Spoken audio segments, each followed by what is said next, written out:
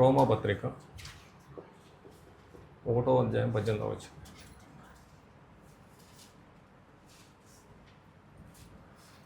రోమాపత్రిక 1:18.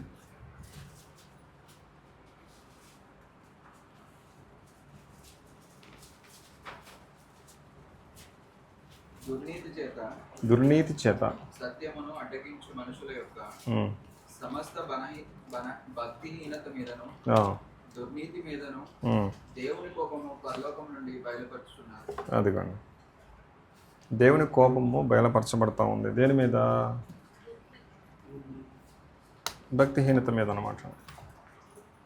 ఇక్కడ ఏమంటాడంటే, దుర్నీతి చేత సత్యమును అడ్డగించు మనుషుల యొక్క సమస్త భక్తిహీనత మీదను దుర్నీతి మీదను దేవుని కోపం పరలోకం నుండి బయలుపరచబడుచున్నది.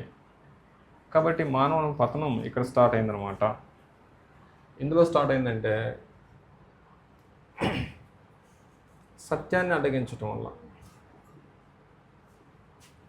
సత్యమును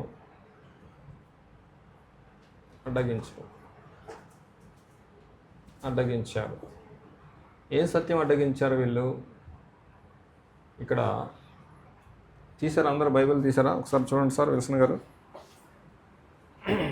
దుర్నీతి చేత సత్యమును అడ్డగించు మనుషుల యొక్క సమస్త భక్తిహీనత మీదను దుర్నీతి మీదను దేవుని కోపము పరలోకం నుండి బయలుపరచబడుతున్నది. అదే, దేవుని కోపం సత్యం అడ్డగిస్తే బయలుపరచున్న దేనికి?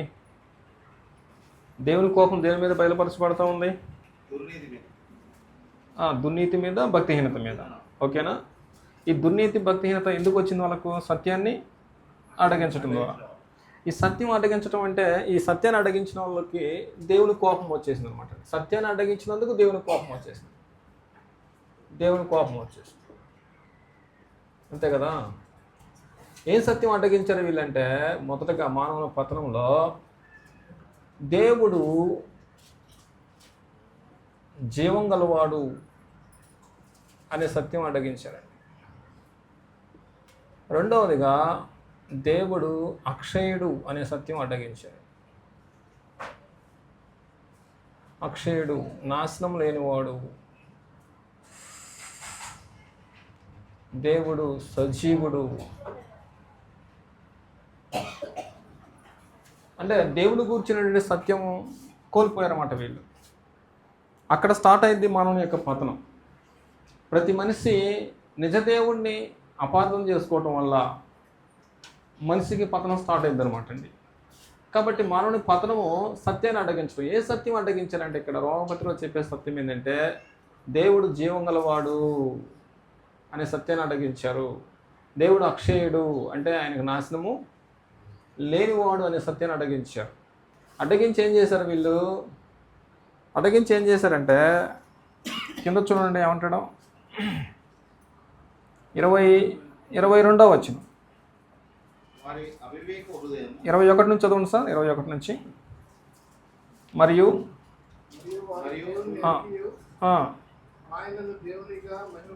పరచలేదు,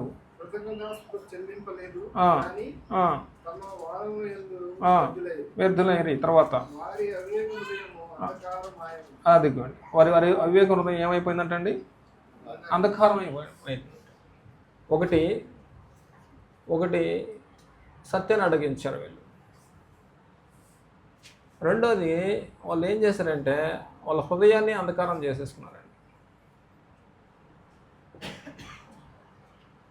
హృదయం అంధకారం అయిపోయింది. ఎప్పుడైతే సత్యం అడ్డగించారో వాళ్ళ హృదయము అంధకారం అయిపోయింది.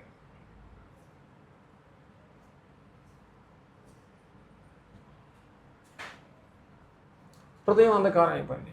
హృదయం ఎప్పుడైతే అంధకారం అయిపోయిందో వాళ్ళు ఏం చేశారంటే, కింద చూడండి అక్కడ అదే మాటని కంటిన్యూ చేయండి. 22వ వచనం, వారి అవివేక హృదయము అంధకారం ఆయను చెప్పుకొనొచ్చు. తర్వాత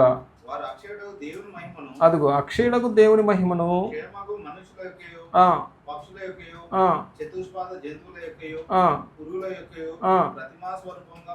అదండి పరిస్థితి. కాబట్టి ఒకసారి బోర్డుకి వెళ్ళి చూడండి. ఇక్కడ సత్యం అడ్డగించడం అంటే దేవుడు అక్షయుడు అనే సంగతిని మర్చిపోయారు వీళ్ళు. మర్చిపోయి ఏం చేశారంటే హృదయం అంధకారం అయిపోయింది. కాబట్టి ఇప్పుడు దేవుడి రూపాన్ని పక్షుల్లో, జంతువుల్లో, పురుగుల్లో, మనుషుల్లో చూస్తున్నారు అనమాట అండి. అంటే చూడటం అంటే అర్థం ఏంటంటే ఇవే దేవుళ్ళు అనుకుంటున్నారు వీళ్ళు. మనుషులు ఇప్పుడు ఏమనుకుంటున్నారంటే పురుగుల దేవులు అనుకుంటున్నారు, పక్షుల దేవులు అనుకుంటున్నారు, జంతువుల దేవులు అనుకుంటున్నారు. ఆవును పట్టుకొని దేవత అంటాడు, పావును పట్టుకొని దేవత అంటాడు, ఏనా కదా. మనుషులను పట్టుకొని దేవుడు అంటాడు, లేకపోతే రకరకాల ఒక రాయిని పట్టుకొని దేవుడు అంటాడు అనమాట. ఒక కంటి కనబడుతున్న రాయిని పట్టుకొని ఎదుగుతాడు దేవుడు. జీవం గలవాడు, ఇదేమో దీనికి జీవం లేదనమాట. జీవం లేని రాయిని పట్టుకొని ఇదే దేవుడు అంటాడు, నీవే నా దిక్కు అంటాడు అనమాట అండి. కాబట్టి ఇక్కడ సత్యం అడ్డగించడం అంటే ఏ సత్యం అడ్డగించాడంటే దేవుడు జీవం గలవాడు అనే సత్యాన్ని సంపూర్ణంగా మర్చిపోయారు మనుషులు. దేవుడు అక్షయుడు, నాశనం లేనివాడు అనే సత్యాన్ని మర్చిపోయారు. ఎప్పుడైతే ఆ సత్యాన్ని మర్చిపోయారో వాళ్ళ హృదయం ఏమైపోయిందంట, అంధకారం అయిపోయిన తర్వాత వాళ్ళు ఏం చేస్తారంటే, అంధకారం అయిపోయిన వాళ్ళు కంటి కనపడిన ప్రతిదాన్ని నీవే నా దేవుడు అనేసి మొక్కటం స్టార్ట్ చేస్తారంట. అందుకే మనుషులు విగ్రహారాధన వైపు మళ్ళీపోయారన్నమాట అండి. ఎప్పుడైతే హృదయం అంధకారం అయిపోయిందో 26వ వచనం 24వ వచనం చూడనా, ఈ హేతు చేత అనుసరించి అవమానపరుచుకొనొచ్చు,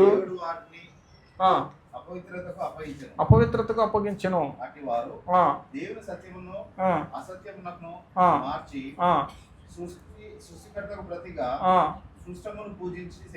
అదండి పరిస్థితి. హృదయము దురాశకు లోపరుచుకుంటారంట, దురాశలకు అప్పగించబడిందంట. సృష్టికర్తకు బదులుగా సృష్టాన్ని పూజిస్తారు. సృష్టికర్తకు బదులుగా ఏం పూజిస్తారంటే అండి, సృష్టిని పూజిస్తారంట.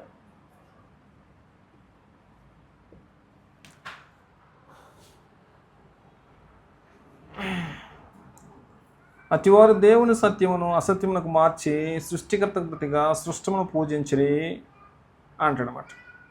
కాబట్టి సత్యాన్ని అడ్డగించారు, వాళ్ళ హృదయం అంధకారం అయిపోయింది, హృదయం దురాశకు అప్పగించాడు దేవుడు. అందుకే వాళ్ళు సృష్టికర్తకు బదులుగా సృష్టాన్ని పూజిస్తారంటే దేవుడిని ఇంకా తెలుసుకోరు అనుకున్నప్పుడు దేవుడు వాళ్ళనంట దురాశకు అప్పచెప్తాడంట. తర్వాత ఎప్పుడైతే దురాశకు అప్పచెప్తాడో వెంటనే వాళ్ళు ఏమైపోతారంటే, అక్కడ చూడండి 26వ వచనం, అందువలన దేవుడు తుచ్చమైన అభిలాషలకు వారిని అప్పగించెను. అదిగో తుచ్చమైన అభిలాషలకు వారిని అప్పచెప్తాను దేవుడే. తుచ్చమైన అభిలాషలు, తుచ్చమైన అభిలాషలు, తుచ్చమైన అభిలాషకు అప్పగించబడతారు. తర్వాత చదువునా, వారి స్త్రీలు సైతము స్వాభావికమైన ధర్మమును విడిచి స్వాభావిక విరుద్ధమైన ధర్మమును అనుసరించిరి. అటువలే పురుషులు కూడా స్త్రీ యొక్క స్వాభావికమైన ధర్మమును విడిచి పురుషులతో పురుషులు అవాచ్యమైన చేయొచ్చు, తమ తప్పిదమునకు తగిన ప్రతిఫలం పొందొచ్చు. అదండి కామతప్తులైరి అంటే తీరని కామ కోరికలు ఏర్పడతాయి వాళ్ళకు, తీరని కామ కోరికలు ఏర్పడతాయి అంటాడు.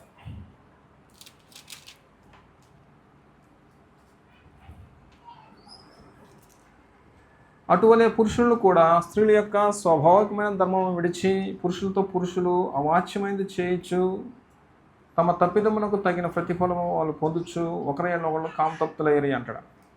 28వ వచనం, వారు తమ మనసులో దేవుడికి చోటీ నొలకపోయారు కనుక, ఎక్కడ వేయలేదంటే వాళ్ళకు మనసులో ఏమాత్రం దేవునికి చోటీ లేదు కనుక చేయరాని కార్యములు చేయుటకు దేవుడు వారిని భ్రష్ట మనసుకు అప్పచెప్తున్నాడు.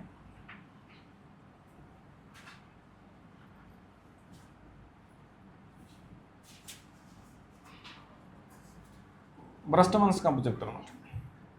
చేయరాని కార్యాలు చేయడానికి వాళ్ళు భ్రష్ట మనసుకు అప్పచెప్తారు. ఇంక భ్రష్ట మనసు అంటే విచ్చలవిడి తత్వం అన్నమాట.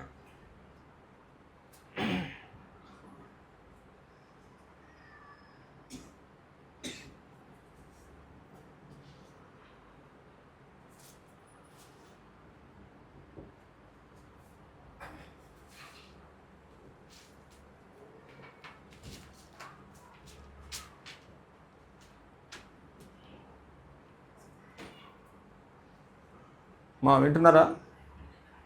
రాసేసుకున్నారా? అయిపోయిందనా? రత్నబాబునా? రైట్. చెప్పండి పాఠం పేరు చెప్పండి. మానవ పతనం ఎక్కడ స్టార్ట్ అయిందంటే సత్యాన్ని అడ్డగించడం వల్ల స్టార్ట్ అయింది. ఎవరిదైనా, నాదైనా, నీదైనా. ఏ సత్యం అంటే దేవుని కూర్చుని సత్యం అడ్డగించడం వల్ల. దేవుడు జీవం గలవాడైన సంగతి మనుషులు గుర్తెరగాలి. దేవుడు అక్షయుడైన సంగతిని గుర్తెరగాలి. ఈ రెండింటిని ఎవరైతే గుర్తెరగలేరో వారు ఏం చేస్తారంటే వాళ్ళ హృదయం అంధకారం అయిపోయింది. పక్షులు దేవుళ్ళు అనుకుంటారు, జంతువులు దేవుళ్ళు అనుకుంటారట, కంటికి కనబడిన ప్రతిదీ దేవుడు అనుకుంటారట, కుక్కని కూడా దేవుడు అనుకుంటారు, పందిని కూడా దేవుడు అనుకుంటారు. అసలు వాళ్ళు ఏం చేస్తున్నారు? వాళ్ళకే కారణం ఏంటంటే వాళ్ళ హృదయంలో దేవుడు చూడలేదు కాబట్టి హృదయం దురాశకు అప్పచెప్పబడుద్ది. సృష్టికర్త బదులుగా ఎవరిని పూజిస్తారంట? చెట్టుని పూజిస్తారు, పుట్టను పూజిస్తారు, పావును పూజిస్తారు, దేని బిడ్డ దాన్ని పూజకు లోపడతారు. ఇట్లాంటి వాళ్ళు ఏం చేస్తారు? దేవుడు తుచ్చమైన అభిలాషకు అప్పచెప్తారు. తుచ్చమైన అభిలాష అంటే అర్థమైందనమాట అండి. స్త్రీలు పెళ్లి చేసుకుంటారు, స్త్రీలే పిచ్చి కార్యక్రమాలు చేస్తారు. ఈరోజు జరిగేది ఇదనమాట. ఇప్పుడు మన భారతదేశంలో కూడా చాలామంది స్త్రీలు పురుషులు పెళ్లి చేసుకోవటం చట్టం కూడా అయిందా రమేష్ అన్న?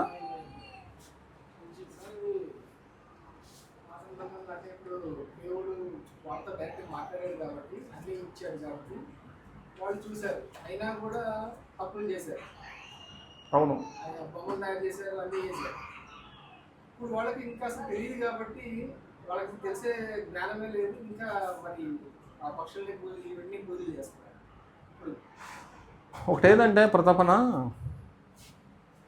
మనిషిని పుట్టించింది ఎవరు?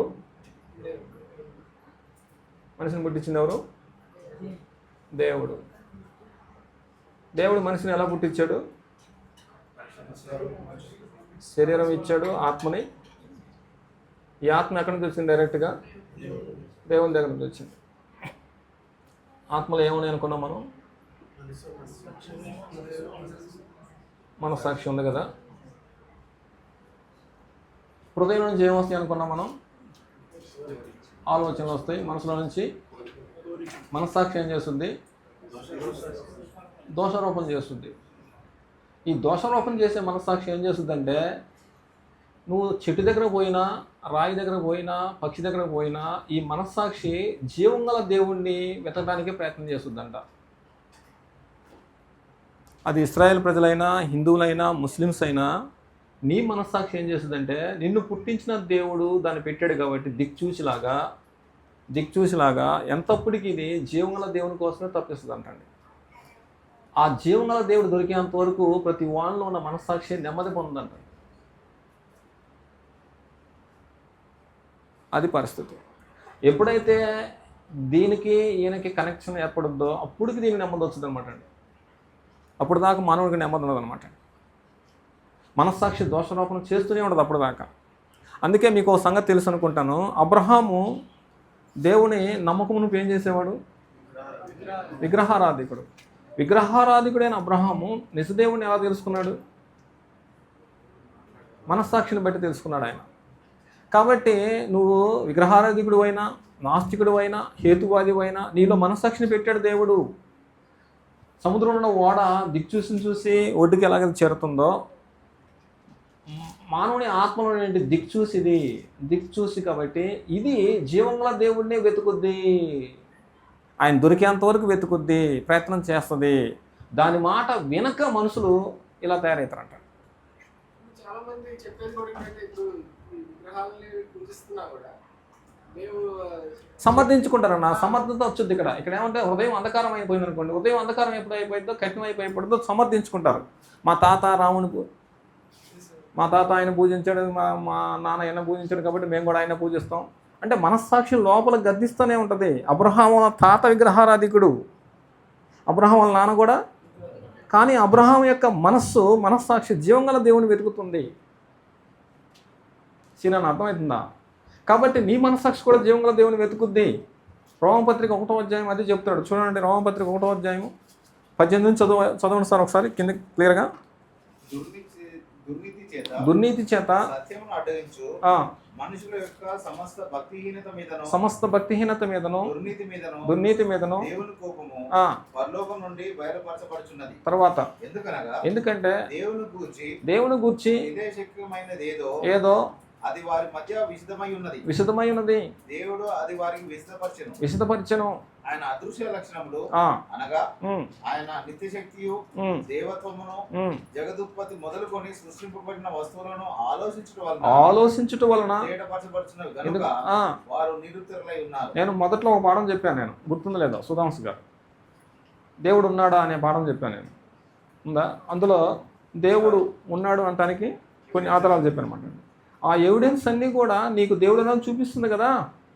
బైబిల్ ఏం చెప్పుద్ది? సృష్టిని చూడరా బాబు, నీకు దేవుడు కనపడదంటుంది. ఇక్కడ సృష్టిని గురించి ఆలోచన చేయడం వల్ల దేవుడు నీకు అర్థమవుతాడు. ప్రతి మానవుడు తన మనస్సాక్షితో సృష్టి గురించి ఆలోచన చేయాలి. ఆకాశాన్ని పరిశీలన చేయండి, దేవుని గురించి చెప్పుద్ది. భూమిని గురించి పరిశీలన చేయండి, దేవుని గురించి చెప్పుద్ది. యోబు గ్రంథం ఏం చెప్పుద్ది అంటే ఈ 12వ అధ్యాయం చూడండి. యోబు గ్రంథం 12వ అధ్యాయము. యోబు గ్రంథం 12వ అధ్యాయము.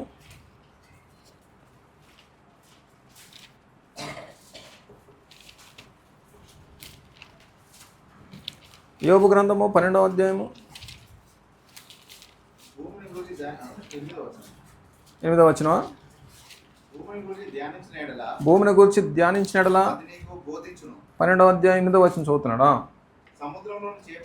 సముద్రంలో చేపలను వివరించును, యోచించుకునే ఎడల. అదిగో నువ్వు ఆలోచన చేస్తే నీకు అర్థమైంది కదా అంటుంది బైబిల్. దేన్ని బట్టి ఇటు చూడండి, మనస్సాక్షిని పెట్టండి. నీకో ఈ మనస్సాక్షిని బట్టి ఆకాశాన్ని ఆలోచన చేయి, ప్రకృతిని ఆలోచన చేయి, సృష్టిని, సముద్రాన్ని ఆలోచన చేయి, సమస్తాన్ని పరిశీలన చేయి.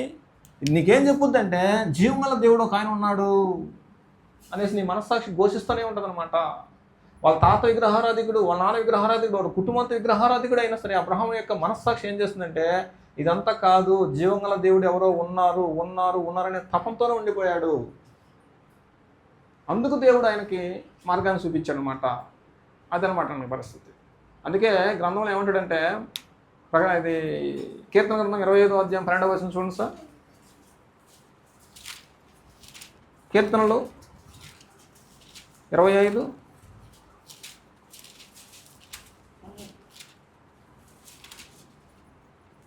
చదవండి.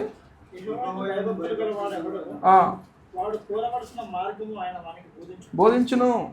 నీకు నిజంగా యథార్థమైన భక్తి ఉంటే, యథార్థమైన మనసు ఉంటే రమేష్ అన్న, అసలు నిన్ను ఎక్కడ తీసుకుపోవాలని అక్కడ తీసుకుపోతానంట దేవుడు. గ్యారెంటీ తీసుకుపోతానంటాడు. కాబట్టి నువ్వేం చేయాలంటే హేతుబద్ధంగా ఆలోచన చేయాలి. రైట్ ఏదో రాంగ్ ఏదో, రాంగుని పక్కనతో నెట్టేసుకుంటూ పోయి రైట్ వేలో పోతుంటే నీ మనస్సాక్షి జీవంగల దేవుని దగ్గర నడిపిస్తుంది. జీవంగల దేవుని దగ్గరికి నడిపిస్తుంది. కొన్నేలి అన్యుడా యూదుడమ్మా? అన్యుడు. అన్యుడైన కొన్నేలి యొక్క కుటుంబం అంతా కూడా ఎవరిని పూజించేవాళ్ళు? గ్రేస్ అక్క, ఎవరిని పూజించేవాళ్ళు? ఎవరిని పూజిస్తారు వాళ్ళు? విగ్రహాలను పూజించేవాళ్ళు. అన్నేలి, అది కొన్నేలి యొక్క తల్లిదండ్రులందరూ కూడా. కానీ కొన్నేలి జీవంగల దేవుని తెలుసుకోవడానికి అవకాశం కల్పించాడు అన్నమాట. కొన్నేళ్ళ దగ్గర ఎవరిని పంపించాడు? దూతను పంపించాడు. కొన్నేళ్ళ దగ్గర ఎవరిని పంపించాడు? పేతును పంపించాడు. ఇదంతా యాక్షన్ ఎవరు తీసుకున్నారన్నమాట అండి? కారణం ఏంటి? కొన్నేళ్ళు హృదయం ఎవరి కోసం తప్పిస్తుంది అనమాట. కారణం ఏంటి? మనస్సాక్షి ఉంది కాబట్టి. కాబట్టి ప్రతి మానవుల్లో దేవునికి కనెక్షన్ పెట్టాడు దేవుడు, మనస్సాక్షి. ఈ మనస్సాక్షిని బట్టి జీవంగా దేవుని తెలుసుకోవడానికి అవకాశం కల్పిస్తాడు. నీ మనస్సాక్షి కూడా ఆయన్ని ఎత్తుకునేంతవరకు, ఆయన దొరికేంతవరకు నీ మనస్సాక్షి తప్పిస్తూనే ఉంటుంది. ఇప్పుడు నీ హృదయం అంగీకరించింది అనుకోండి ఒక రాయిని. ఈ హృదయం ఏం చేసింది? వాళ్ళ తాత ముత్తాతలను బట్టి ఒక రాయిని అంగీకరించింది. నీ మనసు ఏం చేసింది? వాళ్ళకి ఇష్టమైన ఒక దేవతను అంగీకరించింది. కానీ నీ మనస్సాక్షి ఏం చేసిందంటే ఇది దేవుడు కాదు, ఇది దేవుడు కాదు అని చెప్తూనే ఉంటుంది అక్కడ. అయినా సరే వీళ్ళు ఏం చేస్తారు? మనస్సాక్షిని నొక్కేస్తారు అన్నమాట. పీక నొక్కేస్తారు అన్నమాట. పీక నొక్కటం వల్ల ఏం జరుగుతుందంటే వాళ్ళు మనస్సాక్షి మాట వినరాలు. జీవంగల దేవుని తెలుసుకోవడానికి మనస్సాక్షి ప్రయత్నం చేస్తున్నా సరే మనస్సాక్షి మాట వినట్లేదు కాబట్టి వాళ్ళు దరి చేరట్లేదు. కాబట్టి అన్ని కాలాల్లో కూడా ప్రజలను పుట్టించేది దేవుడే, ఒక్క దేవుడే. ఆ ఒక్క దేవుడే అందరినీ ఏకరీతిగా పుట్టించాడు, అందరిలో మనస్సాక్షి పెట్టాడు. ఈ మనస్సాక్షిని బట్టి సృష్టిని గురించి ఆలోచన చేస్తే జీవంగల దేవుడు దొరుకుతాడు. కానీ వీళ్ళు ఏం చేస్తారంటే సత్యాన్ని అడ్డగించారు, జీవంగల దేవుడిని అడ్డగించారు వీళ్ళు. ఏదైతే అన్నట్టుగా ఈ సత్యాన్ని అడ్డగించడం వల్ల ఏం జరిగింది? హృదయము అంధకారం అయిపోయింది. హృదయం ఎప్పుడైతే అంధకారం అయిపోయిందో వాళ్ళని దేవుడు ఎవరికి చెప్పాడు? దురాశలకు అప్పచెప్పాడు. దురాశకు అప్పచెప్పిన వాళ్ళని తుచ్చమైన అభిలాషం చేయడం. స్త్రీలు పాపం చేసిన తప్పులేదు, పురుషులు పెళ్లి చేసుకోవటం. మనం ఆంధ్ర రాష్ట్రంలో కూడా ఇద్దరు స్త్రీలు పెళ్లి చేసుకున్నారు. ఏనా రమేష్ అన్న? ఎక్కడది? తెలంగాణలో మొన్న ఈ మధ్య ఎవరో ఒక ఇద్దరు స్త్రీలు పెళ్లి చేసుకున్నారు. పురుషులు పెళ్లి చేసుకుంటున్నారు. ఢిల్లీలో ఒక సుప్రీంకోర్టు లాయరు ఇంకొక లాయర్ని పెళ్లి చేసుకుంది.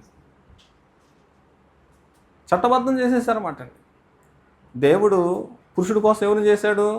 సుప్రియ స్త్రీని చేశాడు. అదే పురుషుని చేయొచ్చు కదా.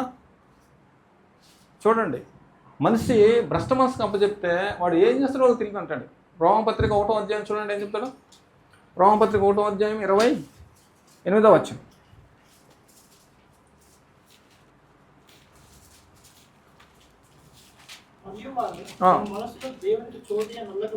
చోటి నొల్లకపోయిరు గనుక భ్రష్ట మనసుకు వాళ్ళని అప్పచెప్పా. అచ్చివారు సమస్తమైన దుర్నీతి చేతను, దుష్టత్వం చేతను, లోభము చేతను నిండుకొని, అమ్మా జాగ్రత్తగా చూడండి బైబిల్ అందరూ. మత్సరము చేతను,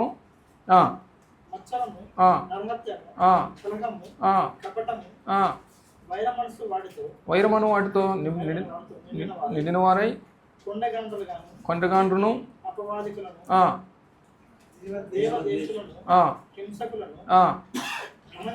అహంకారులను, బింకంలాడు వారును,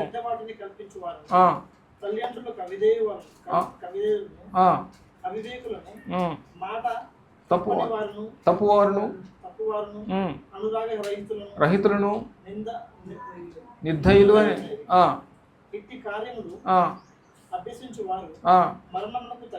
తగినవారు అను దేవుని న్యాయం వాటిని చేయుచున్నారు. ఇవి మాత్రమే కాక వాటిని అభ్యసించు సంతోషముగా సమ్మతించుచున్నారు. కాబట్టి భ్రష్ట మనసు అంటే ఇలాంటి భయంకరమైన కార్యక్రమాలు చేస్తారంట. 28 నుంచి 32 వరకు భయంకరమైన కార్యక్రమాలు చేస్తారంట.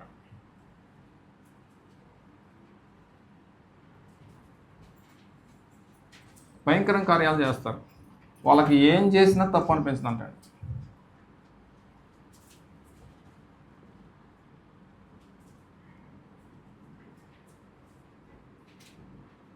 ఏం చేసినా తప్పు అనిపించింది అంటే ఆనందన్న.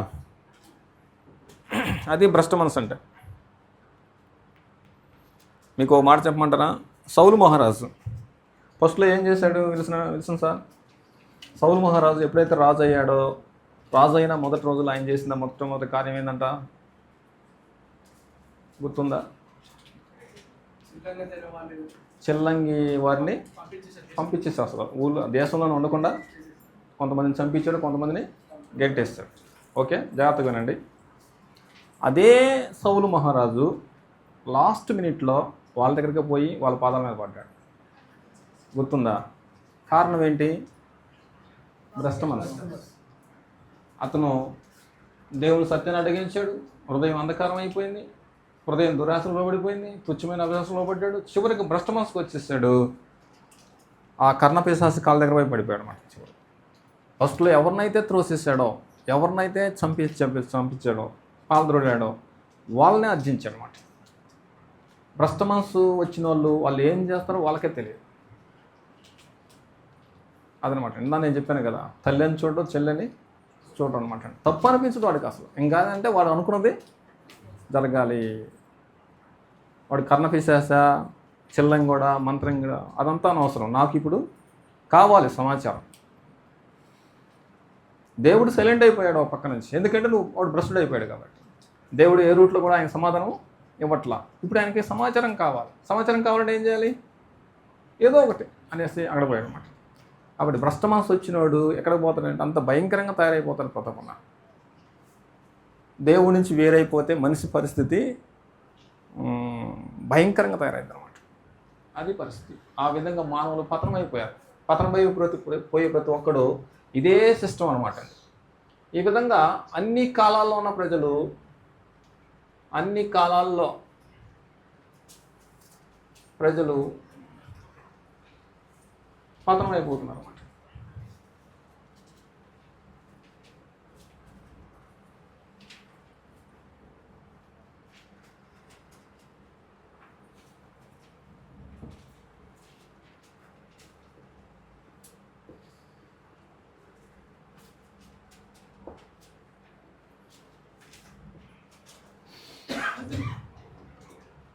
ఏదైనా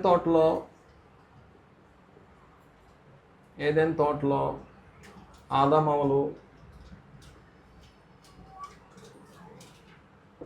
కయ్యను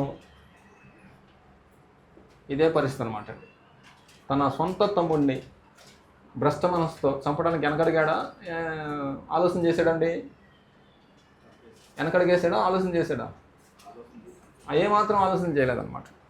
మా తమ్ముడే మా తల్లిదండ్రులకు పుట్టాడే అనేసి ఏమాత్రం ఆలోచన చేయకుండా ఒక మనిషి ఇంకొక మనిషిని కసాయి వాళ్ళలాగా చంపడానికి భ్రష్ట మనసు వచ్చేసింది అనమాట అండి ఏదైనా తోటలో. తర్వాత నోవాహు కాల ప్రజలు అనమాట. నోవాహు కాల ప్రజలు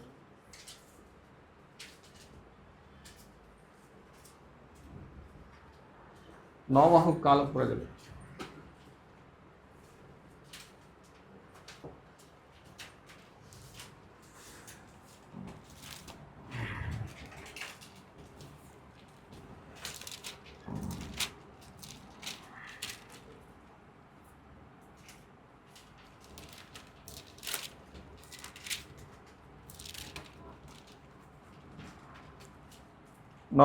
ప్రజలు.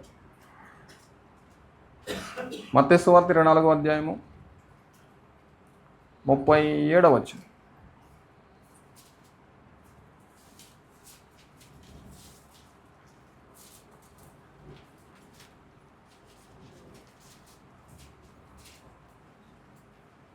నోవాహు దినములు ఎలాగుండెనో నోవాహు దినాలు ఎలాగుంటున్నాం మనుష్య కుమారుని రాకడలో అలాగే ఉండును. ముందటి దినములలో ఒడిలోకి వెళ్ళిన దినం వరకు వారు తినుచు త్రాగుచు పెళ్లి చేసుకొనుచు పెళ్లికిచ్చుండు నుండి జలప్రలయం వచ్చి అందరినీ కొట్టుకొని పోవు వరకు ఎరుగకపోయేది. అదండి పరిస్థితి. ఏం చేస్తున్నారంటే అక్కడ వాళ్ళు తినుచు త్రాగుచు పెళ్లి చేసుకోవటం, పెళ్ళికి ఇవ్వటం, పెళ్లి చేసుకోవటం.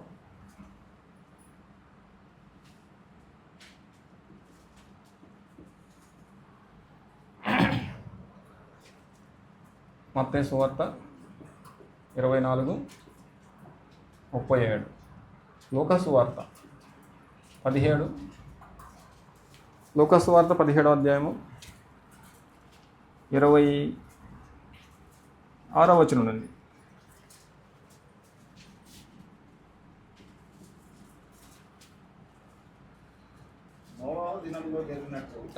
మనుష్య కుమారుని దినంలో జరుగును. నోవాహు ఒడిలోకి వెళ్ళిన దినము వరకు జనులు తినుచు త్రాగుచు పెళ్ళాడుచు పెళ్లికి పడుచు ఉండేది. అంతలో జలప్రలయం వచ్చి వారినందరినీ నాశనం చేశారు. తర్వాత లోతు కాల ప్రజలు అనమాట అండి. లోతు కాలపు ప్రజలు. తర్వాత లోతు దినములలో జరిగినట్టును జరుగును. జనులు తినుచు త్రాగుచు కొనుచు నారు నాటుచు కట్టుచు నుండి. తినుచు త్రాగుచు కొనుచు అమ్ముచు నారు నాటుచు ఇల్లు కట్టుచు ఉండేది. అయితే లోతు సొదొమ విడిచిపోయిన దినమున ఆకాశం నుండి అగ్నికందకములు కురిసి వారందరినీ నాశనం చేసెను. ఆ ప్రకారమే మనుష్య కుమారుడు ప్రత్యక్ష దినమున నాశనం చేసేంత వరకు వాళ్ళ పాపం మానలేదంటండి. నాశనం చేసేంత వరకు వాళ్ళకి కళ్ళు మూసుకుపోతున్నాయి. ఒకసారి బోటికెళ్ళి చూడండి, లోతు కాలం ప్రజలు ఎలా చెడిపోయారో చూడండి. వాళ్ళు ఏం చేస్తున్నారంట ప్రతాపన? ఒకసారి బోటికెళ్ళి చూడు. తినటం, త్రాగటం, పెళ్లి చేసుకోవటం. దేవుడు పుట్టించింది ఈ 3 పనుల కోసమేనా? ఇంకేమన్నాయా? కారణం ఏంటి?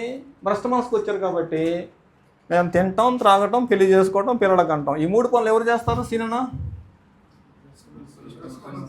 భ్రష్టులు చేస్తారు. ఈ మూడు పనులు ఎవరు చేస్తారంటే వాస్తవానికి జంతువులు చేస్తాయి అన్నమాట. ఈ 3 పనులు ఎవరు చేస్తాయమ్మా? అంతే కదా. జంతువులకి ఏం పని? తినటం, త్రాగటం, పిల్లలకి అంటాం. ఇదే పని తప్ప వేరే పని ఉందా జంతువులకి? మృగాలు ఏ మనసు అయితే ఉన్నాయో అదే మనసుకు వచ్చారు నోవా కాల ప్రజలు. కారణం ఏంటంటే భ్రష్ట మనసు రావటం వల్ల.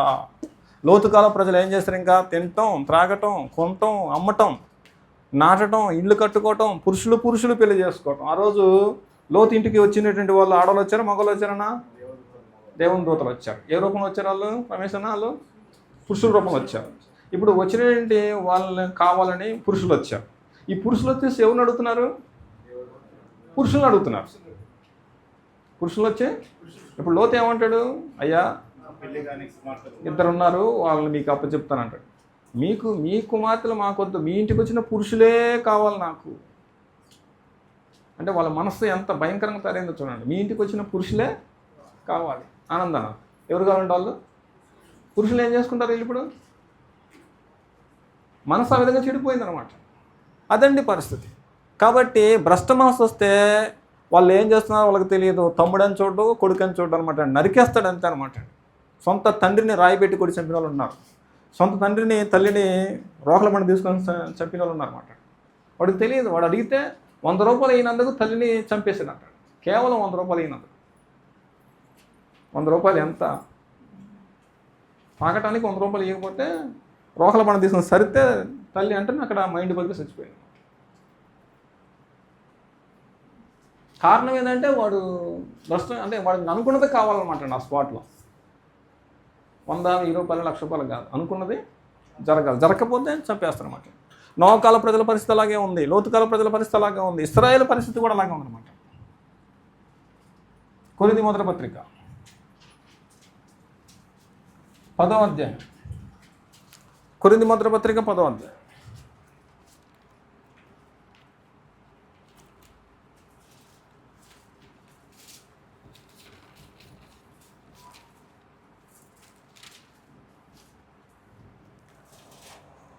కొరింథీ మొదటి పత్రిక 10వ అధ్యాయము 5వ వచనం.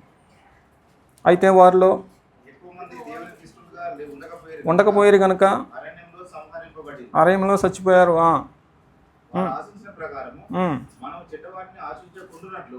ఈ సంగతులు మనకు దృష్టాంతంగా ఉన్నవి. జనులు తింటకును త్రాగటకును కూర్చుండి ఆడుటకు లేచిరి అని వ్రాయబడినట్లు వారిలో కొందరి వలె మీరు విగ్రహాలపై ఉండకుడి, మరియు వారి వలె మనం వ్యభిచరింపక ఉందాము. వారిలో కొందరు వ్యభిచరించినందున ఒక దినముననే 23,000 మంది కూలిరి. మనం ప్రభువును శోధింపక ఉందాము. వాళ్ళలో కొందరు శోధించి సర్పం వలన నశించిరి. మీరు సనుకొనకుడి, వాళ్ళలో కొందరు సనిగి సంహారకుని చేత నశించిరి. ఈ సంగతులు దృష్టాంతములుగా వారికి సంభవించి యుగాంతమందున మనకు బుద్ధి కలుగుటకై రాయబడింది. బుద్ధి కలగడం రాయబడింది. ఇప్పుడు మనకు బుద్ధి కలగడం రాయబడింది అంటే అర్థమైందనమాట. రమేష్ అన్న అంటే అర్థమైందనమాట అండి. మనకు బుద్ధి కలగడం రాయబడ్డాయి. ఇటు చూడండి ఎంతమంది బయలుదేరారు వాళ్ళు? 30 లక్షల మంది బయలుదేరారు. ఓకేనా? ఎంతమంది? 3 లక్షల మంది అంటే 3 లక్షల కాల్బలం బయలుదేరారు. కాల్బలం అంటే కాలుతో నడిచి యుద్ధం చేయగలిగిన వాళ్ళు బయలుదేరారు. ఓకేనా? పురుషులు వాళ్ళు. పురుషులు అంటే స్త్రీలు కూడా అంతే ఉంటారు కదా. తల్లిదండ్రులు ఉంటారా? పిల్లలు ఉంటారా? టోటల్గా ఎంతమంది అనమాట అండి బయలుదేరింది? 30 లక్షల మంది. కాలం చేరింది ఎంతమంది?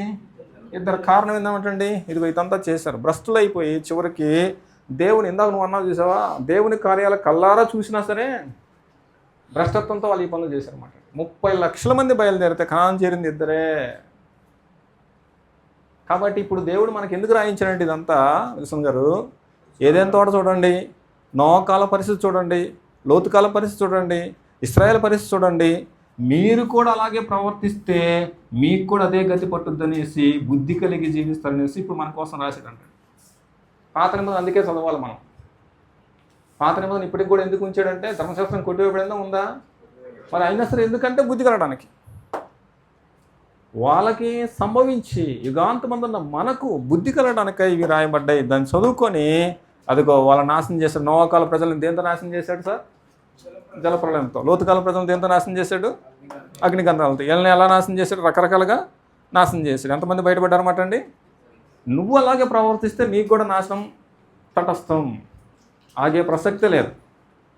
నువ్వు బుద్ధి మార్చుకుంటావా, మారు మనసు పొందుతావా, ఖచ్చితంగా దేవుడు నీకు సహాయం చేస్తాడు. ఐదరికి సహాయం చేసినట్టు. ఐదరు ఎవరన్నమాట గిఫ్టే? యెహోషువ, కాలేబ్. వాళ్ళు మాత్రం వీళ్ళలాగా ఆశించలే, సనగల, భ్రష్టులుగా బతకలేదు. దేవుని యందు భయభక్తులతో జీవించారు. చివరికి దేవుడు వాళ్ళని కనాను చేర్చాడు, పరదేశం చేర్చారన్నమాట అండి. ఈరోజు మనం కూడా ఆ విధంగా బతికితే కనాను చేరతాం, పరలోకపు కనాను చేరతాం. లేకపోతే మాత్రం పతనం అయిపోతాం, నాశనం అయిపోతాం అన్నమాట. నాశనం అయిపోతాం, అందులో డౌటే లేదు.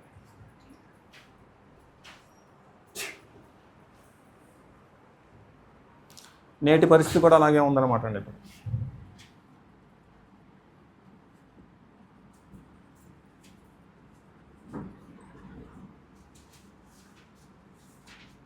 ప్రజల పరిస్థితి కూడా భ్రష్ట మనసుకు ఉన్నారన్నమాట.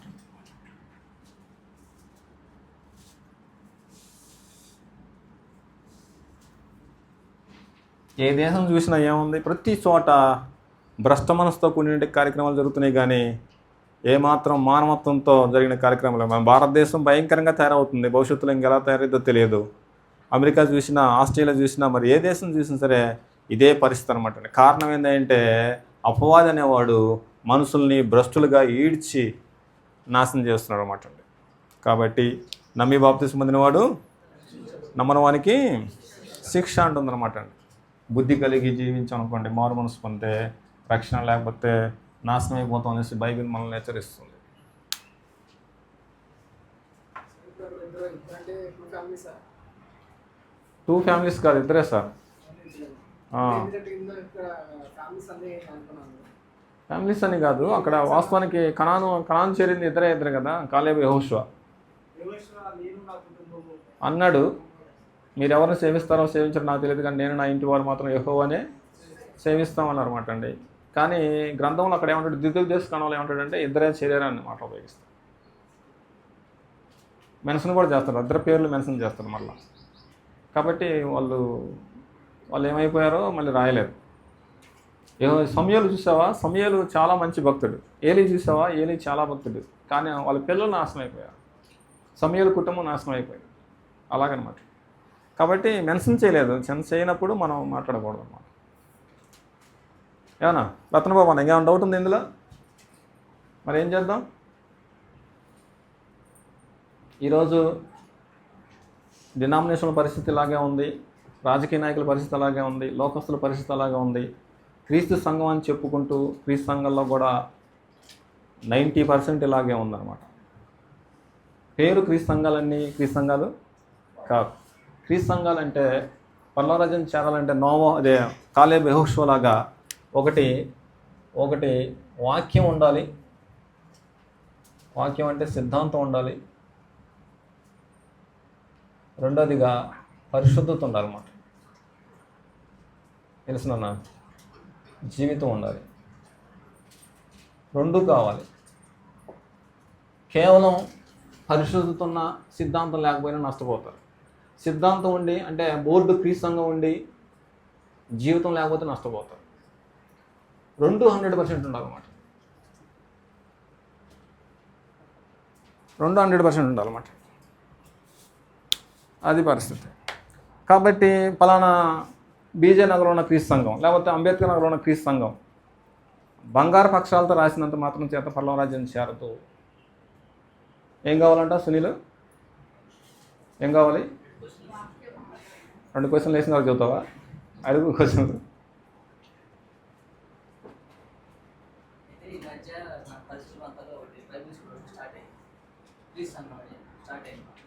ఎక్కడ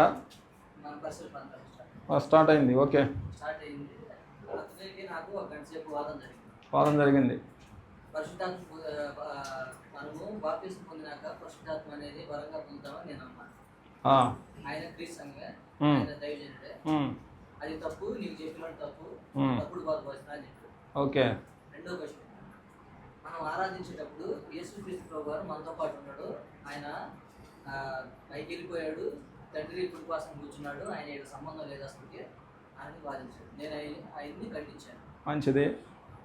అది మరి అక్కడ ఆయన బోధన అదే చేస్తున్నాడు. ఏంటి దాని పరిస్థితి? ఇప్పుడు నన్ను ఏం చెప్పమంటావు? అది కరెక్టే కాదు. అపోస్తుల కార్యం 2:38 చదవండి. అపోస్తుల కార్యం 2:38. మొదటి ప్రశ్నకు ఆన్సర్ అది. చదవండి అమ్మా. సుప్రియ చదువు, బైబిల్ చదువు.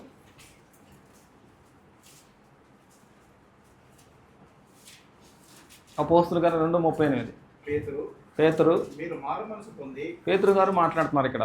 మీరు మారు మనసు పొంది పాపక్షమాపణ నిమిత్తము ప్రతివాడు యేసుక్రీస్తు నామమున బాప్తిజం పొందుడి. బాప్తిసం పొందండి, అప్పుడు మీరు పరిశుద్ధాత్మను వరమును పొందుదురు. ఎవరు చెప్తున్నారు ఆ మాట?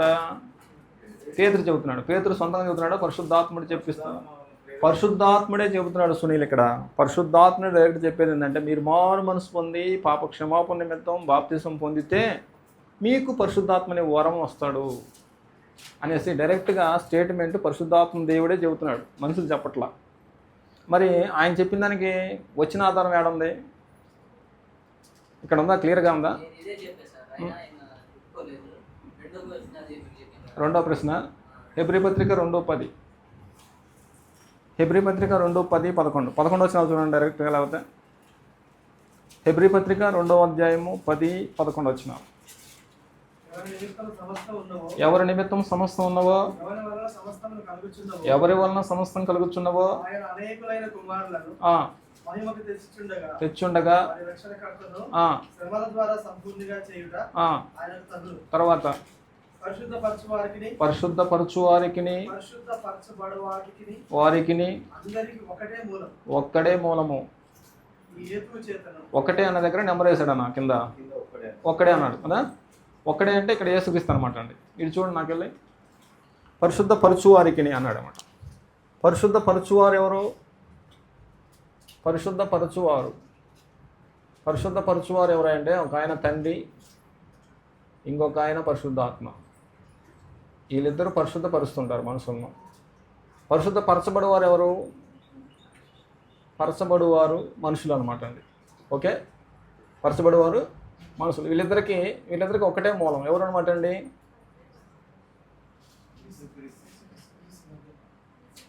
వీళ్ళిద్దరికి ఒకటే మూలం అన్నాడు అక్కడ. ఒకటే అన్నాడు దగ్గర, మూలం అన్నాడు చూడండి. ఒక్కడే అన్నాడు. ఒక్కడే ఎవరు అనమాట అండి? యేసుక్రీస్తు అనమాట. అది తర్వాత పరచబడి వారికి ఒక్కడే మూలం, ఆయన యేసుక్రీస్తు. ఒక్కడే ఆధారం. తర్వాత ఏ హేతు చేతను వారిని ఆయన అంటే ఇక్కడ యేసుక్రీస్తు వారు సిగ్గుపడక నీ నామం నా సహోదరులకు ప్రచురపరుస్తాను. సమాజం మధ్య నీ కీర్తిని. సమాజం అనే దగ్గర నెంబర్ వేసాడు చూడనా. అదిగో సంఘం మధ్య నీ కీర్తిని గానము. అంటే సంఘంతో పాటు ఎవరు ఉంటారన్నమాట? సంఘంలో యేసుక్రీస్తు ఉండడా?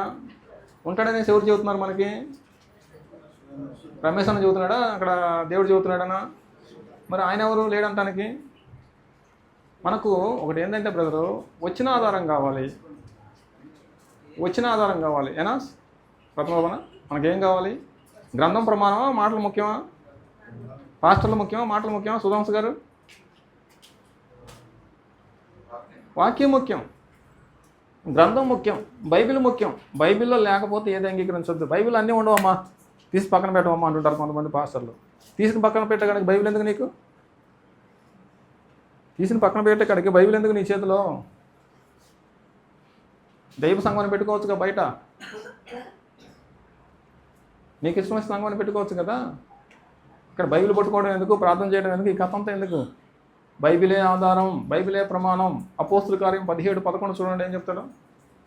అపోస్తుల కార్యం 17:11.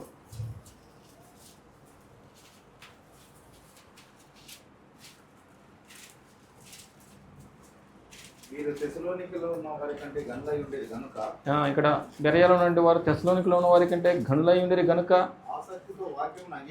ఆసక్తితో వాక్యం అంగీకరించి సంగతులు అని పౌలు చెప్పిన సంగతులు ఎక్కడ చూశారంట సునీల్ వాళ్ళు? ఇప్పుడు మనం ఎక్కడ చూడాలి? ఆయన ఎక్కడ చూపించాలి?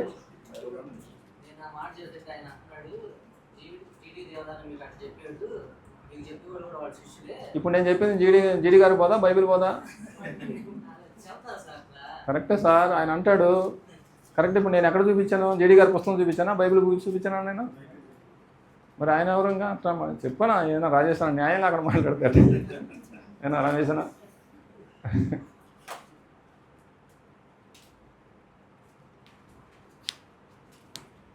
జీడి గారి బోధ లేకపోతే జాషువా గారి బోధ కాదు సార్, ఇక్కడ బైబిల్ బోధ. మనకు ఆధారం ఎవరనమాట ఆనందన? బైబిల్ ఆధారం. ఇప్పుడు ఇక్కడ వీళ్ళు ఏం చేశారు? బైబిల్లో ఉన్నా లేవా పరిశీలించారు. మనం కూడా అదే చూడాలి. ఇందాక నేను అడిగిన ప్రశ్న ఏంది? పోయింది అది. చెప్పండి, ఇంకేమైనా డౌట్ ఉంటే చెప్పండి, ఇందులో ముగించేద్దాం. వెళ్ళారు 20 సంవత్సరాలు ఓపెన్ అయ్యారు, అందరూ వెళ్ళారు. కానీ ఆ తరం వారిలో వీళ్ళు ఇద్దరు వెళ్ళారు అన్నమాట. కనాన్ దేశాన్ని ఆక్రమించుకున్నారు కదా కొన్ని లక్షల మంది. వాళ్ళు ఎవరంటే ఆ తరం వారిలో, అంటే ఐగుప్తుల నుంచి వచ్చిన తరం అంతా ఇక్కడే రాలిపోయారు.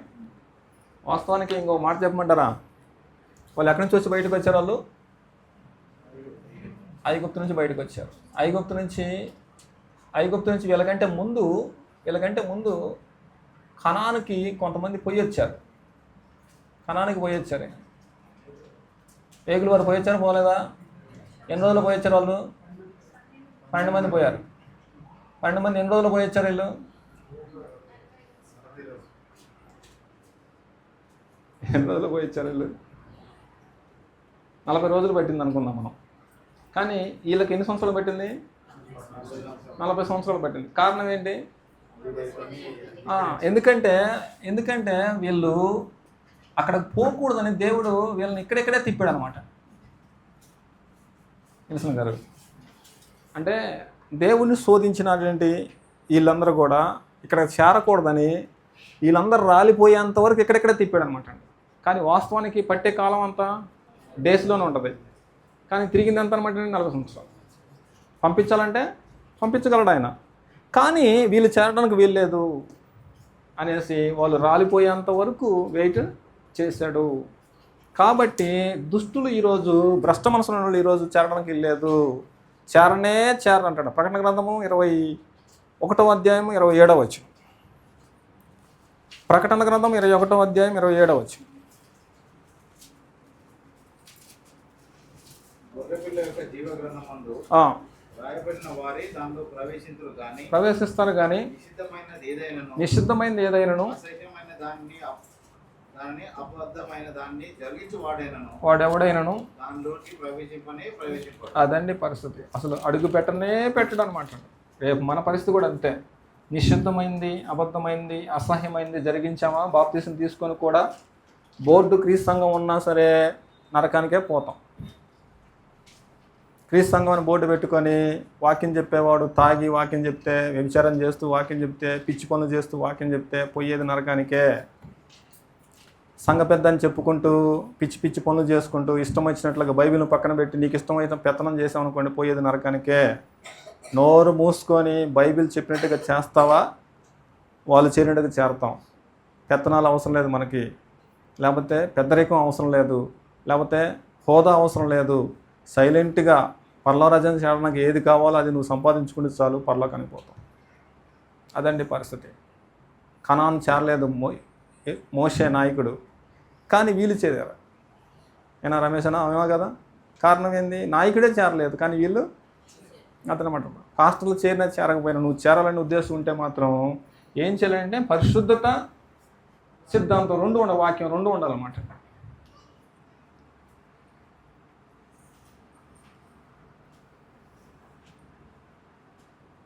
అది పరిస్థితి. ఇంకేమైనా ఉన్నాయా? ఇందులో ముగించేద్దాం. ఆనందన్న ఉదయం పూట ఏమన్నా పాఠం పేరు చెప్పండి. పాపం. రెండో పాఠం మానవ పత్రం. బ్రేక్ తీసుకొని మళ్ళీ మనము 2:30 గంటలకు కూర్చుంటాం. ఈ మధ్యలో మనం బ్రేక్ తీసుకుందాం. బ్రేక్ తీసుకొని 2:30 గంటలకు కూర్చుంటాం.